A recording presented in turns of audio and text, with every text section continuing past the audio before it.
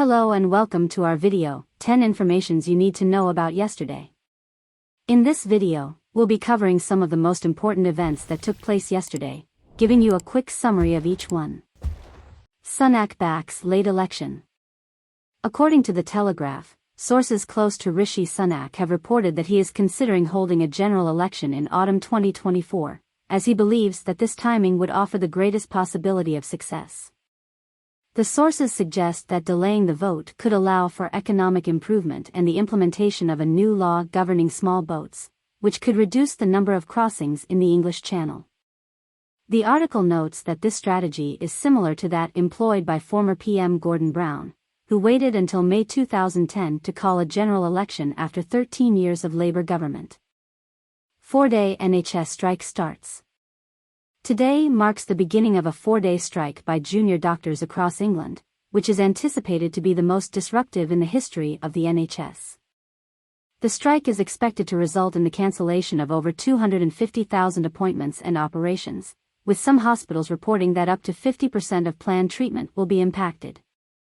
The Times reported that health officials have advised the public to avoid engaging in risky behavior during the walkout, which will involve all hospital departments in England, including A&E. Union leaders stated to the newspaper that they are striking to advocate for both patient safety and better pay and working conditions. IMF, low interest rates to return. The International Monetary Fund has predicted the return of an era of ultra-low interest rates in Britain.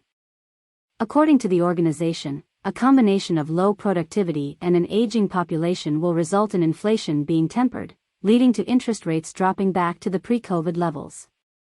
The Telegraph noted that this prospect of low interest rates will likely be welcomed by homeowners who are currently struggling with soaring mortgage costs. Shooting at U.S. bank. A tragic incident occurred in Louisville, Kentucky, as a former employee opened fire at a bank, resulting in the death of 5 individuals. According to U.S. police, the victims ranged in age from 40 to 64 years old, and the attack was broadcasted live on Instagram. The New York Post reported that the suspected shooter was a former high school star athlete who allegedly sustained multiple concussions, to the extent that he wore a helmet during basketball games.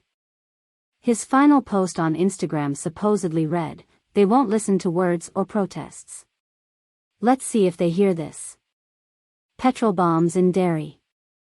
On the 25th anniversary of the Good Friday Agreement, police officers in Northern Ireland were targeted with petrol bombs.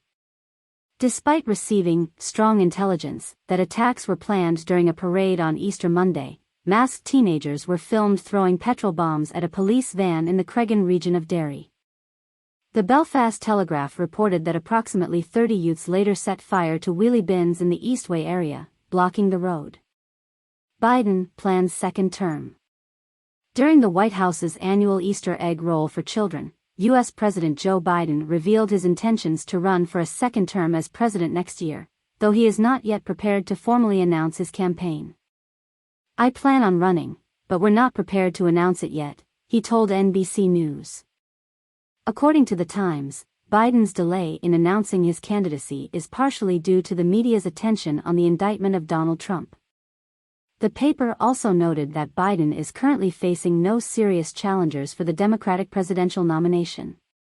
Swap to Stop scheme launched. The UK government has launched a Swap to Stop program, through which 1 million cigarette smokers will be provided with vape starter kits. The health minister is expected to announce that these kits will be made available to nearly 1/5 of all smokers in England, in what is being called the first of its kind in the world. Despite this, some campaigners believe that while these measures are a step in the right direction, they are not enough. U.S. rattled by leaks. In the wake of leaked Pentagon documents that revealed the U.S. had been spying on friendly nations such as South Korea and Israel, Washington is now seeking to repair its relationships with key allies. According to CNN, the White House is currently working to evaluate and limit the damage caused by the leak, which has unsettled U.S. officials, Congress members, and important allies. The source of the leak remains unclear. Mother of shooting victims dies. A suspected Palestinian gun attack in the occupied West Bank has claimed the lives of 2 daughters and their mother, British-Israeli Lucy D. Since the attack, Lucy had been in a coma, but she passed away on a later date. Her daughters, Rena and Maya, were laid to rest in the settlement of Kfar Etzion on Sunday.